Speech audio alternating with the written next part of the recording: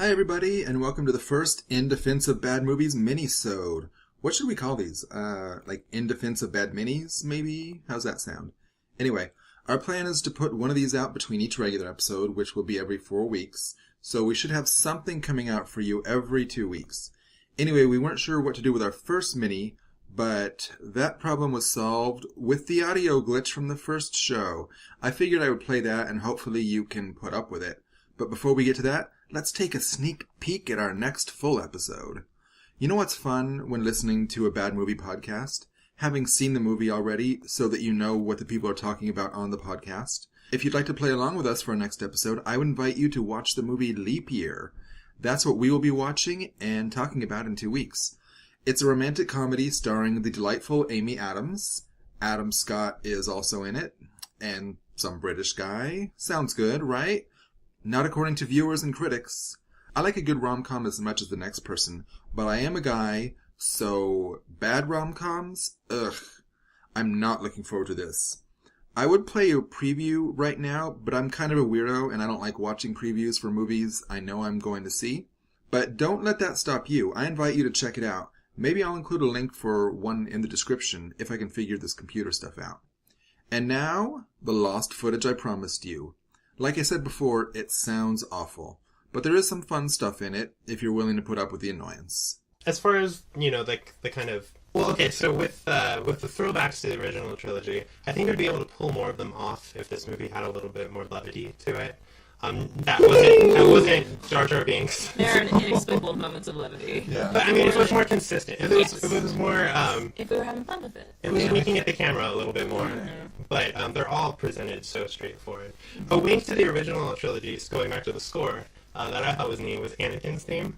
Ends with kind of a riff on the Imperial March. It's like a really charming kind of flute song, but it ends on the Imperial March, and I think that's kind of neat. I heard that, and I don't know from music, but like John Williams used just the same notes as the Imperial March, just in a different order. Oh, really? To do, I think that's something like that. That's interesting. Yeah, but again, John Williams is awesome. Yeah. So he clearly put more thought into the And then something I was today speaking to someone about, I was telling someone about the podcast, and we got in our own debate about the movie, and he made a point that the script actually went through so many levels of community and like getting tossed out and reworked, and the answer is that this is the best possible movie they could come up with. Well, what were the thrown away scripts like? I have a feeling it's a lot of George Lucas demanding his way and a lot of people stepping out of the way and going, he created Star Wars. At this point, he didn't have all the stigma attached to him that he does now.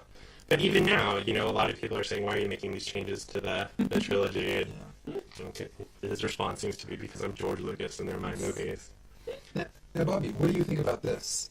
The original trilogy, the Force is this mysterious, semi-quasi-religious thing, and then we found, no, it's just science. It's midichlorians. It's things in your blood that either give you Force or don't give you Force. What do you... Boy, I don't know where to stand on that. I will say that midichlorians are brought up that one time, and they don't seem to be brought up. Yeah. It's like he kind of mutters them under his breath and keeps jogging forward, and everyone else has to kind of do a double take and wait, what did you just say? I'd say there's still a mystical element to the Force. It's not just a simple matter of midichlorians. It's a lot of kind of channeling your emotions but no, midichlorians are a bad idea. I feel so strongly anti the midichlorians. I remember the first time hearing it. Like, what? And I feel like it completely turns on its head what we've understood the Force to be. Like in the first trilogy, the Force felt like it was some sort of overreaching power in the universe that like it was sort of in all of us, but like just this, power of creation that you could center yourself and kind of through going with like the Eastern inspiration, just like in a Zen way, tap into it, and you would be able to harness some of the power of this universe. But it was just floating out there, like part of creation. But then, if that's the case, though, how could individuals be strong with the Force without having any experience with the Force? That's fair, and maybe just the way some people have more like emotional maturity or just Like being an old soul or something. yeah, It's maybe it connects to something like that. And bringing in the midichlorians brings in a lot more stuff. It's not just like, let's say, okay, the force is actually situated in this microbioorganism inside all of us. Some people have more, some people have less. Okay, it's not a spiritual thing at all. It's just biological. But also, Qui-Gon mentions the midichlorians speak to the force and tell us what it wants us to do, is approximately what he said, making the force into some intelligent, driving well, it would have to be. creation myth. It would have to be to impregnate Anakin's mom. He's a Jesus baby! He's a Fetzenberg. Cool. I'm gonna add one more indefensible to my list, and it's Shmi. Her name is Shmi, by the way. Dumbest name. Oh my goodness. Did she then Okay. become Captain Hooks? Why does she have an accent and then Anakin? Should we take a moment to talk about dialects and accents? Even from episode 4, though. What's her name? Carrie Fisher starts with a British accent. Yes. And then it just evolves into Maybe. Carrie Fisher over here. See, I think. Oh boy. So you have Jake Lloyd, who is doing the American 12-year-old accent, and then his mother sounds European or Some something, sort. very strong. and he's grown up with Watto, who's got like a Hebrew? something. Some Eastern European driven Yeah. inspired accent. And it almost feels like they're just going with whatever when it comes to Shmi and with Anakin. Just let's not even attempt accents. We're putting enough on this kid. Because Darth Vader certainly has an accent. That's true. Oh, it's just, I can forgive it a little bit arguing that this is the melting pot of the universe. Like, it's not exactly how people would speak in reality, but like, so many different cultures together, and of course they all speak differently. Like, you could slightly let it slide that way. But I would. Okay, and let us not forget Queen Amidala. I was wondering if we could come back to that. Amidala. Is it Amidala. Amidala? Yeah. We'll accept Anakin. How does she choose to speak the way she does? It's. I think it's the Naboo version of royal. I mean, it is the Naboo Do you version of think it's royal just the speak. proper speak? This Yes. is how we speak. If we are from Naboo, we are very slightly affected and monotone. Yes, it's how the royals sound royal. Okay. I think it would be the equivalent of putting on the wigs in British court. Crazy tutor makeup, too many costume changes, and flat speech is You know the mode for Nabooian. She had so many different people playing her that they had to do something to take away from the fact that, like, that's not the same voice. I think the voice allows you that switch. I also Even though we all knew at that point too who Natalie Portman was and who she was playing in the like movie. we know what's happening here. Yeah. I know all of his reveals are so like what? No, we all knew that. Can we go Thank back? you. Speaking of reveals. Oh, I'm sorry.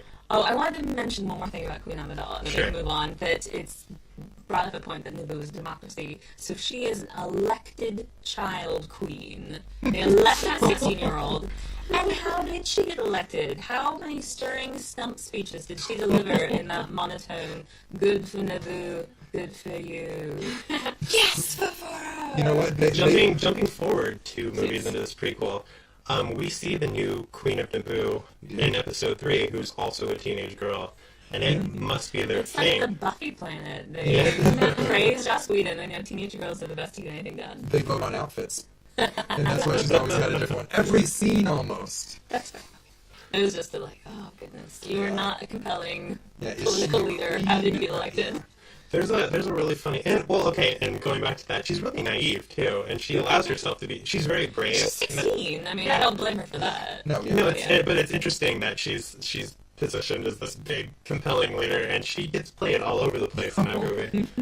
She was 18, by the way, so probably Oh, she was around, quite because young. she was born in 1951. So, That could explain some So- of her poor acting. but she was in movies when she was really young. She must have- she was in So, What was that movie? Professional. Professional. I'm gonna admit right now, I find Natalie Portman's acting really patchy. I feel like she's certainly very intelligent and can make some good choices, but like in some things she'll be very good, and other things just I not. don't think she was glaringly bad in the Phantom Menace, and I'm willing to. Yeah, I really don't. Again, we've discussed the directing, and I'm sure it's not all her fault. And then we can jump ahead one movie and look at I Hayden could not Christensen see too. it. And know what Actually, she does? proved, comparatively, not Yeah. the worst. but- She probably matches her performance to her co-star. So with Jake Lloyd, she's going to be horrible. With Liam Neeson, she'll be all right. Like the scene where they were planning their infiltration of Naboo and they snuck back on the planet, we're going to take back the capital. Like the planning scene was what happened to George Lucas's Bigger and Faster. Like it was slower and less concerned for everyone, but her the most. Henry, we're jumping all over the place. I'm sorry. There's 3 things I want to get to. Okay, sorry. Going back to racism. Okay, please. The plan to take back Naboo is to get all the Gungans to draw everyone's It's fire. Operation Get Behind the Darkies. That's what I was gonna say. It totally reminded me of that. I laughed so hard. It's insane. Although, if you look at the battlefield, droid bodies everywhere. I don't see a single Naboo body, so that's good. Not Naboo, but the Gungan body. I don't see a single dead Gungan, so they're doing fine. Yeah, they're great. But Boss Nass even acknowledges, like, sure, a lot of us will die, but that's fine. It's alright. We've hated you for millennia, but we hate Asians more. And there's not a mixing of race or anything like the Gungans, and some of us will Jar be playing- Jar, who was banished for being clumsy, be a general. Yeah. Lead our armies. And there is plenty of really bad dialogue. Can I say that I think the worst line delivered in earnest in this movie is Yusa and Big Doo-Doo this time. Oh, I wrote that down. But also, this Boss Nass, I think this Boss Nass is like a stoner or something, because sometimes Absolutely. he's like, yeah, get the hell out of here, you're clumsy, and then he's like, yeah, come on, you're a general.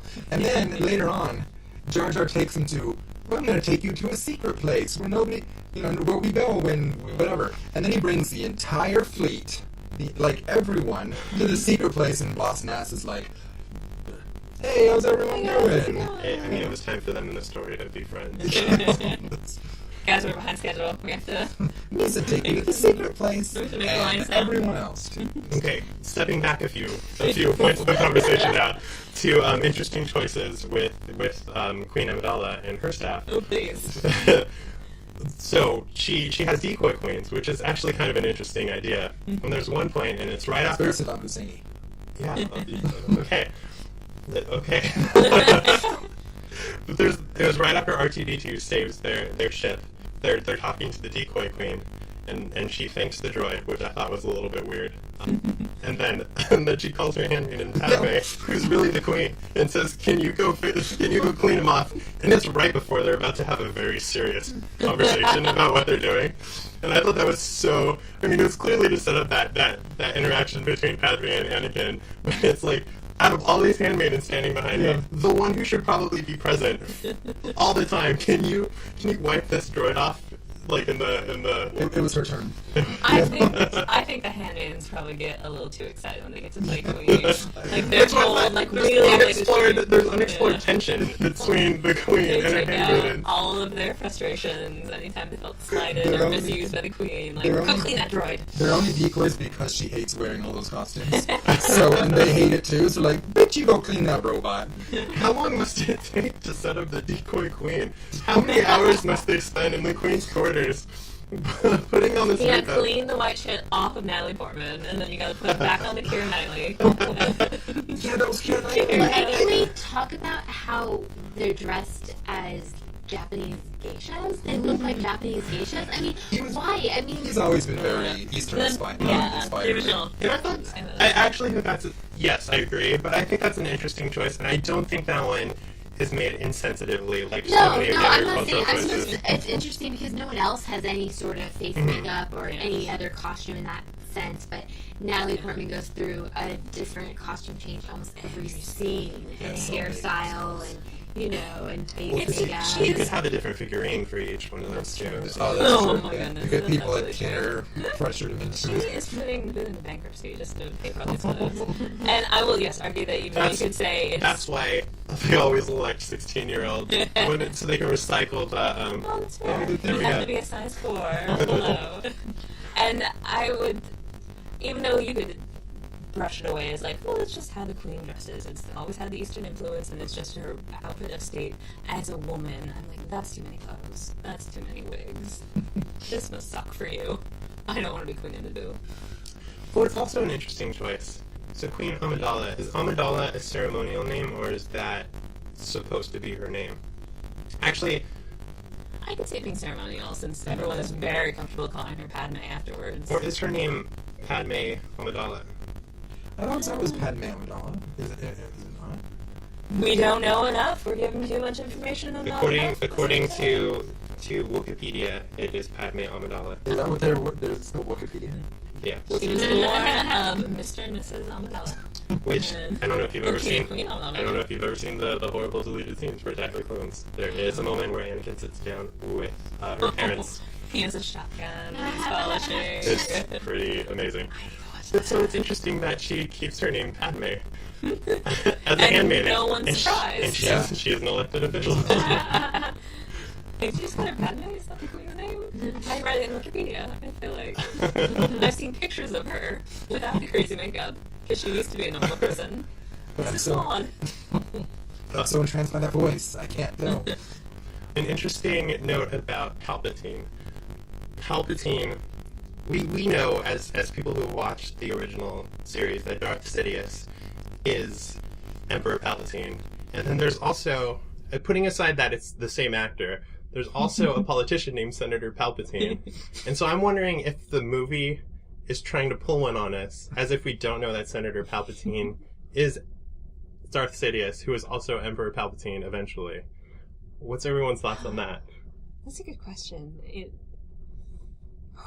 Well, you are talking about a universe where they hid Anakin Skywalker's kid on the planet Anakin Skywalker grew up on, and let him keep the name Luke Skywalker. And everyone And lived with his only family. Exactly. And everyone nobody saw through this. Pretty fun. Yeah. So that also explains the Padme thing. Names don't mean anything No here. one liked Luke. They were all banking on Leia. Like, we're gonna let Leia be a princess. Yeah. Luke, go work on a moisture farm. He should be so pissed off that he grew up on that. Anyway, sorry, we're on the wrong movie. But blue milk does not matter if I'm not a prince.